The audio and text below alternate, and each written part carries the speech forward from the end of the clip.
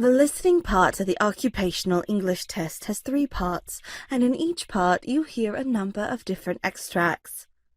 At the beginning of the test, you will hear a beep sound. You have time to read the questions before you hear the extracts.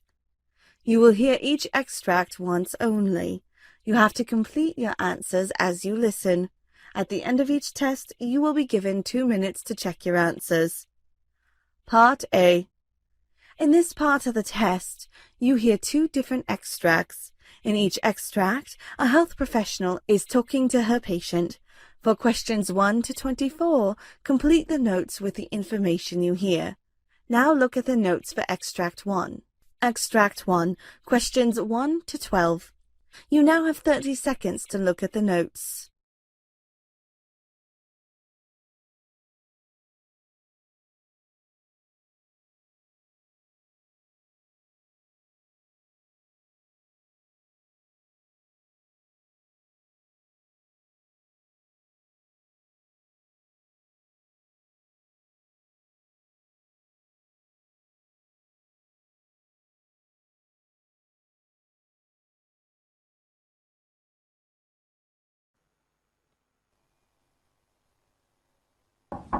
Come in.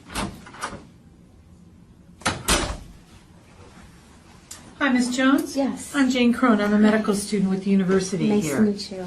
I've been sent in by Dr. Smith as part of our training as a medical student to do an interview with you. Okay. And then I'll take that information back to Dr. Smith, and then she will come back in and see you then after that. Okay. All right. How may I address you? Mrs. Jones is fine. All right. Thank you.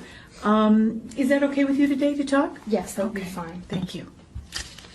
I'm going to start out today by just talking a little bit with you about your chief complaint. What brings you here today? Sure.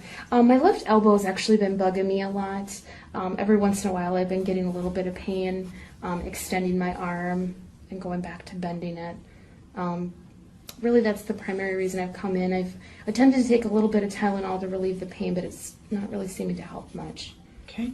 Before we talk a bit more about that, is there anything else that you want to talk with either me or Dr. Smith today? Not that I can think of, no. Okay. Tell me more about this pain. It's just kind of a throbbing pain. It'll act up kind of randomly throughout the day. It's not specific to, the morning or evening or even in the middle of the day or night.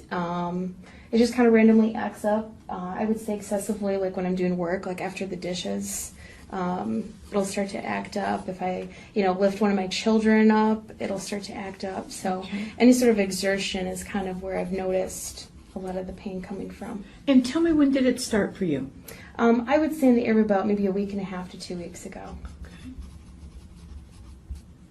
And you described the pain as throbbing. Is there anything else about the pain in terms of the quality of the pain that you want to describe for me? No, just really throbbing. Okay. It started about a week to 2 weeks ago. Okay. And do you recall what you were doing at the time that it started? I've been helping my husband clean out the garage lately, and we were lifting some boxes. And that's kind of, I didn't notice it at the moment, but later in the evening it started to act up. Okay. I would like to hear about a little bit about the severity of it on a pain scale of 1 to 10, 10 being the worst pain you've ever had, 1 or 0 being no pain. How bad is this pain? I would measure it probably about a 6 or 7. 6 or 7? It's become more of a nuisance than an actual physical pain. Okay. And is it a 6 or 7 all the time? Whenever it starts to act up, yes. Okay. And how often a day does that happen? I would say maybe 2 to 3 times per day. Do you notice any pattern to that at all? No. Okay. All righty. And can you point exactly to where it is for me, the location of it exactly? Kind of the area that just kind of wraps around the actual elbow. Okay. That is really bothering me.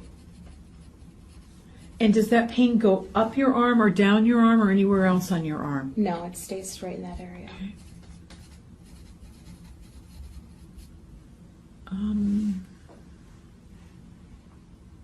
Is there anything else that goes on at the same time? Any other symptoms that happen? Anything else other than when the pain is happening there? Anything else going on for you? Not that I've noticed, no. Okay. All righty. Is there anything that makes it feel better? Nothing that completely gets rid of it. Tylenol will relieve it for a temporary period of time, but it hasn't gotten rid of it. Okay. And how much Tylenol do you take? Whatever it says on the bottle, usually 1 to 2 tablets. And is that regular strength or extra strength? Regular strength. Okay. And you just take it across the counter, the normal directions on the Correct. bottle? Okay. Does anything make it worse? Like I mentioned, any sort of exertion, picking up a child.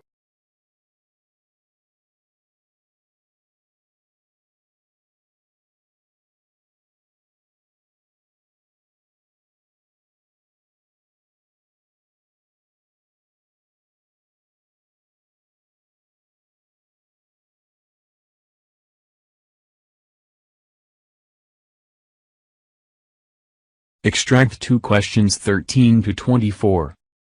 In this task, you'll hear a physiotherapist talking to a patient called Ryan Henderson. Answer the questions below by completing the notes with a word or short phrase. You now have 30 seconds to look at the notes.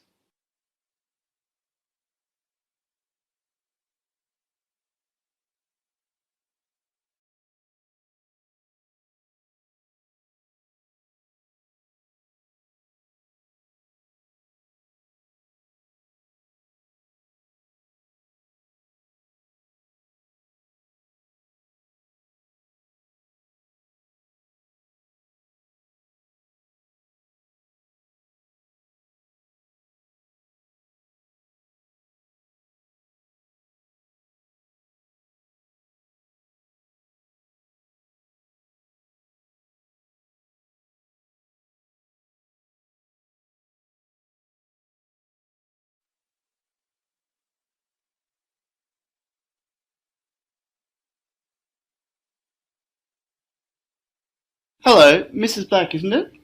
Yes. I believe it's your first time to this clinic? Yes, we've just moved to the area, so we're looking for a new GP. Right. Well, how can I help you today? Oh, well, I'm actually a bit worried about our daughter Mia.